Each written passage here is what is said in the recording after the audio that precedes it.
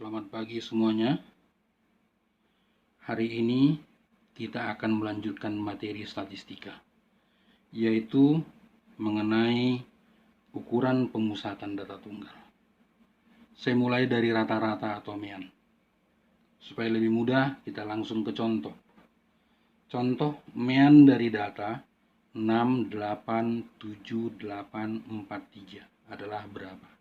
Penyelesaian, kita tahu rata-rata itu sama dengan sigma XI per N. Dikatakan rata-rata itu sama dengan jumlah data per banyak data. Datanya kita jumlahkan, tapi sebaiknya kita urutkan dari yang terkecil ke yang terbesar supaya lebih mudah dalam menjumlahkan.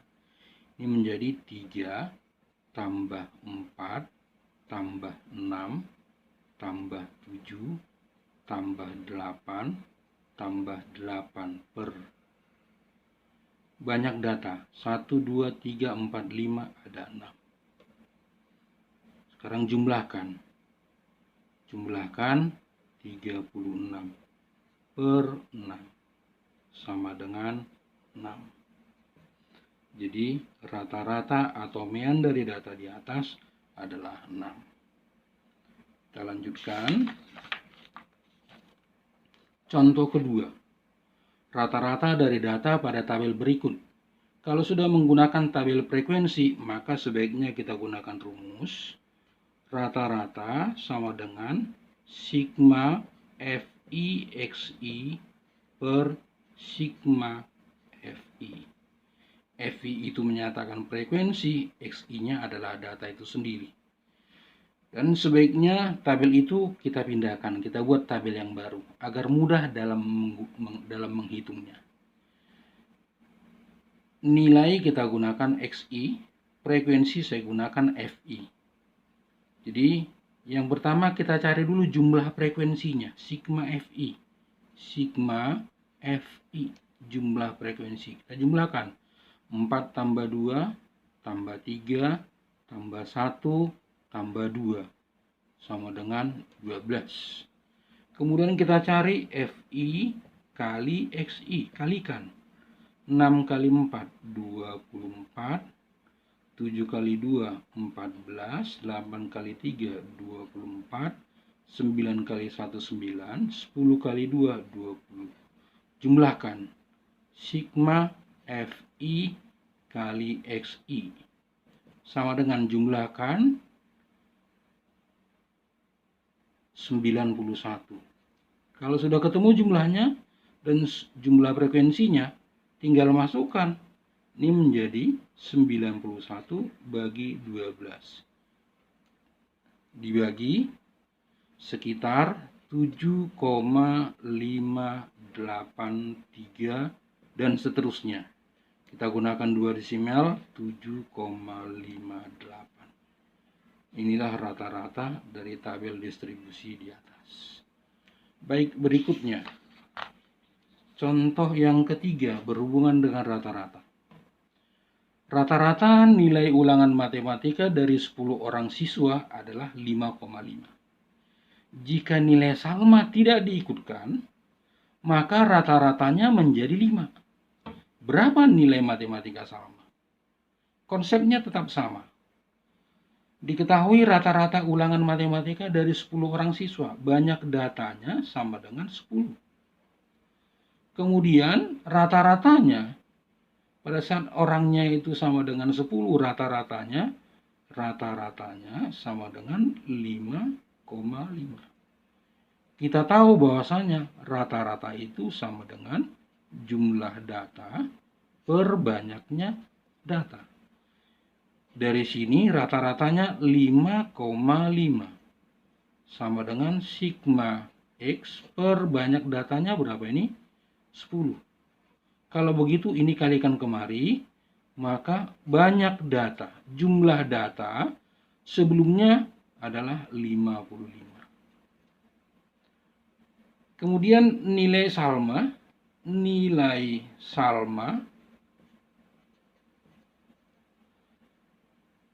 tidak diikutkan.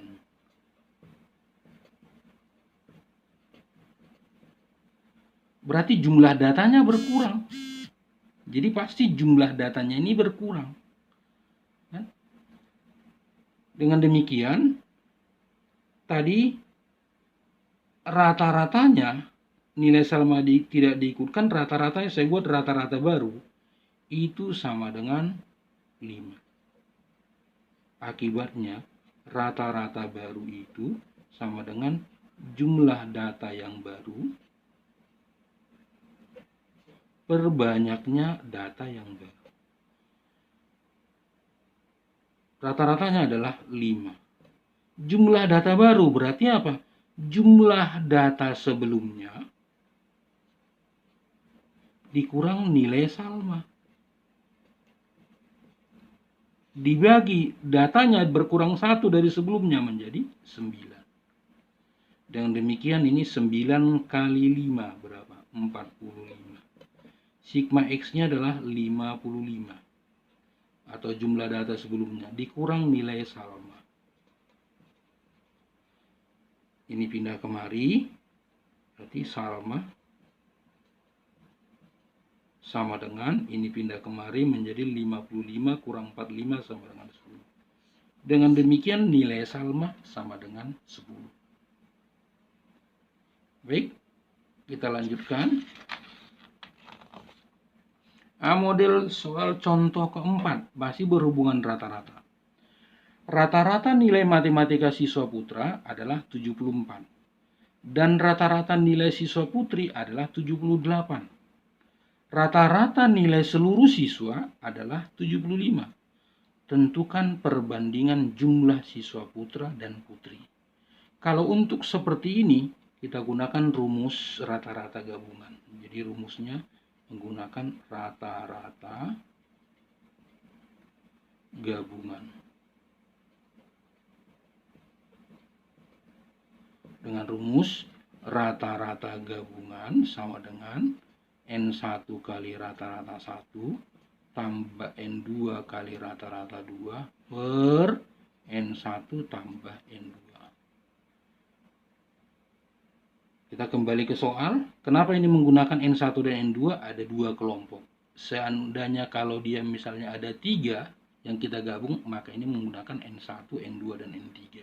Dan rata-rata 1, rata-rata 2, rata-rata 3. Karena kita punya soal ada cuma 2, maka kita gunakan ini. Kita kembali ke soal. Rata-rata nilai matematika siswa putra.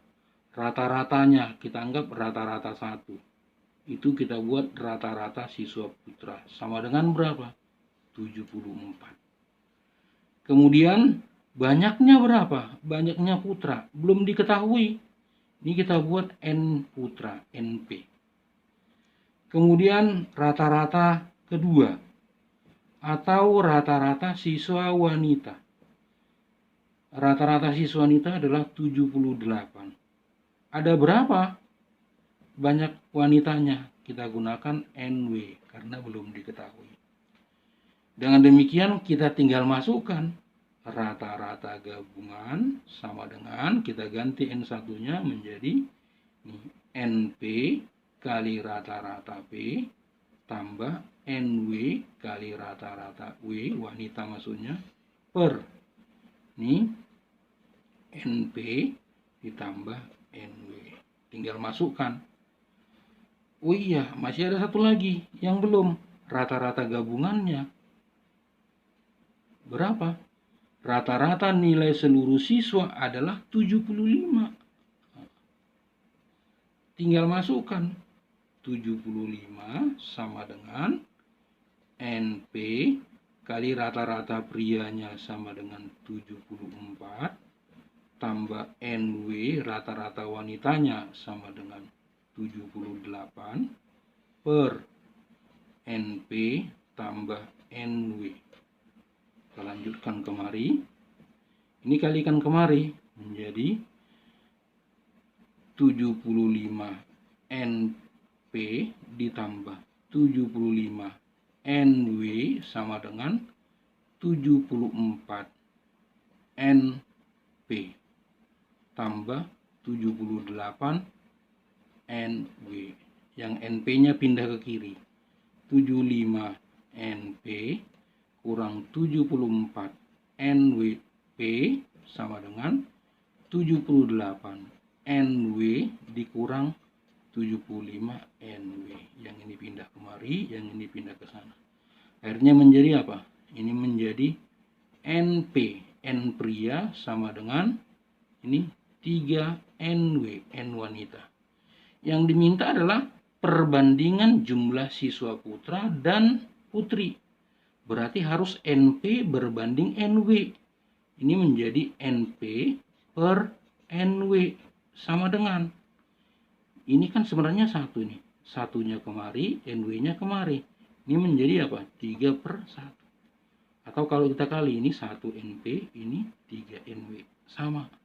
Dengan demikian, maka NP berbanding NW sama dengan 3 berbanding 1. Jadi perbandingan siswa putra dan putri sama dengan 3 berbanding 1. Oke, demikian. Kemudian kita lanjutkan dengan modus. Apa itu modus? Modus itu adalah data yang sering muncul. Kita lihat contoh modus dari data ini adalah berapa. Di dalam menyelesaikannya itu yang sebaiknya data kita urutkan dari terkecil ke terbesar biar lebih mudah. Ini sudah saya urutkan seperti ini. 2-nya ada 2, 3-nya ada 3, 4-nya ada 3, 5-nya ada 1, 7-nya ada 1. Mana yang sering muncul? Yang sering muncul sudah pasti 3 dan 4.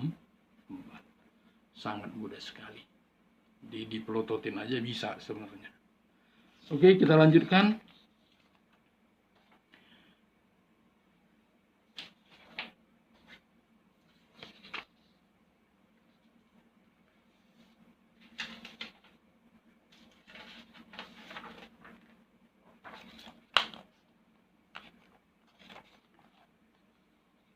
Median dan kuartil. Median dan kuartil. Apa itu median? Median itu membagi data menjadi 2 bagian yang sama. Sementara kuartil membagi data menjadi 4 bagian yang sama. Jadi untuk menentukan median ada 2. Untuk banyak datanya ganjil, median itu menjadi data ke N tambah 1 per 2. Kemudian kalau banyaknya data genap, maka median itu menjadi setengah kali data ke N tambah per 2 ditambah data ke N plus per 2 tambah 1. Lebih jelasnya kita lihat dari contoh. Tentukan median dan kuartil dari data berikut. Contoh yang A, ada 2 ini A dan B. Yang A, langkahnya adalah yang pertama, data diurutkan dari data terkecil sampai yang terbesar. Kita urutkan. Dari sini, kita urutkan ternyata banyak datanya sama dengan 9. Nah, maka mediannya sama dengan karena dia ganjil. Kita gunakan data ke N tambah 1 per 2. Sama dengan kita ganti N-nya menjadi data ke 9 tambah 1 per 2. Sama dengan data ke 10 per 2. Atau sama dengan data ke-5. Kita tinggal hitung data ke-5. Data pertama, data kedua, data ketiga, data keempat, data ke-5. Inilah data ke-5. Tepat pada angka 6. Yaitu 6. Kemudian bagaimana dengan kuartil? Kuartil bawah. Kuartil bawah itu atau Q1. Tadi kuartil itu membagi data menjadi 4 bagian yang sama. Tadi median sudah membagi data menjadi 2 bagian. Berarti yang 1 bagian pertama kita bagi 2 lagi. Ini kita bagi 2. Ada 1, 2, 3, 4. Kita bagi 2. Berarti 22. 22 berarti. Maka kuartil satunya atau kuartil bawah antara angka 3 dan 4. 3 tambah 4 per 2. Sama dengan 3,5. Bagaimana dengan kuartil atas?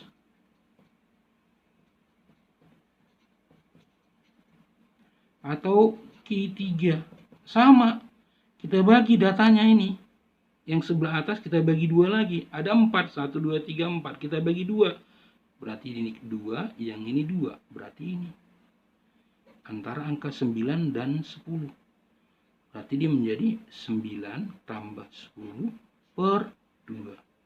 Atau sama dengan 9,5. Mudah bukan? Saya ulangi. Kalau median itu adalah membagi data menjadi 2 bagian yang sama.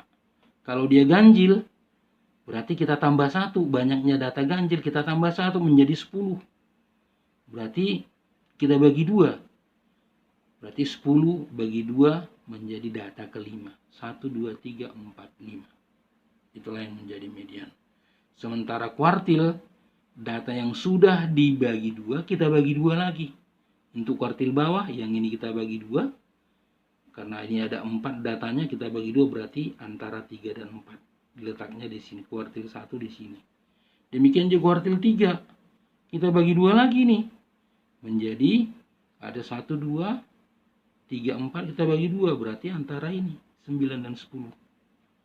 Jadi itulah menentukan median dan kuartil. Masih ada yang B. Soal yang B masih ada. Yang B, data diurutkan. Sama, udah saya urutkan di sini dari terkecil ke terbesar. Setelah diurutkan kita hitung berapa banyak datanya. 1, 2, 3, 4, 5, 6, 7, 8, 9, 10, 11. Ada 12 datanya, genap. Berarti kalau genap menentukan mediannya menggunakan rumus yang ini. Kita ganti N-nya menjadi 12.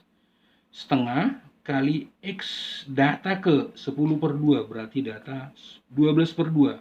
Data ke 6. Tambah ini 6 tambah 1 berarti data ke-7. Setengah kali data ke-6, kita tinggal hitung. Data pertama, data kedua, data ketiga, data keempat, data kelima, data ke-6 adalah 8. Pertama, kedua, ketiga, keempat, kelima, ke-6. Ke-7 9. Sama dengan 8,5. Dengan kata lain, tadi ada 12, kita bagi 2. Berarti memang bagi 2, 12 bagi 6, 6.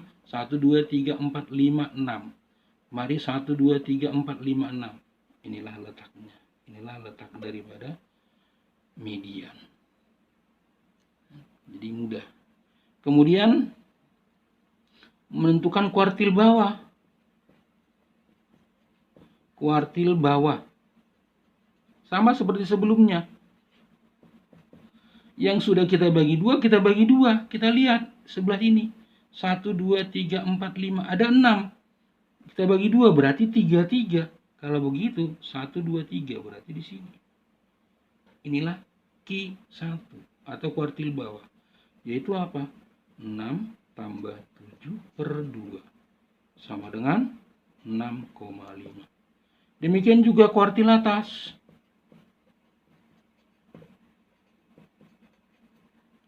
Atau Q3 sama dengan yang sudah kita bagi 2 lagi. 1, 2, 3, 4, 5 ada 6. Berarti 3, 3. 1, 2, 3. Di sini 3.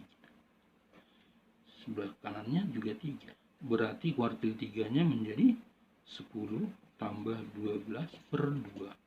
Sama dengan 11. Jadi saya harapkan dengan penjelasan ini kamu bisa mengerti dan memahaminya. Dan saya harapkan supaya lebih paham, Anda ulangi lagi, Anda dengarkan lagi, sehingga Anda lebih mengerti dan dapat mengerjakan soal yang berhubungan dengan ukuran pemusatan data tunggal. Baiklah, sampai sekian dulu hari ini. Saya ucapkan terima kasih.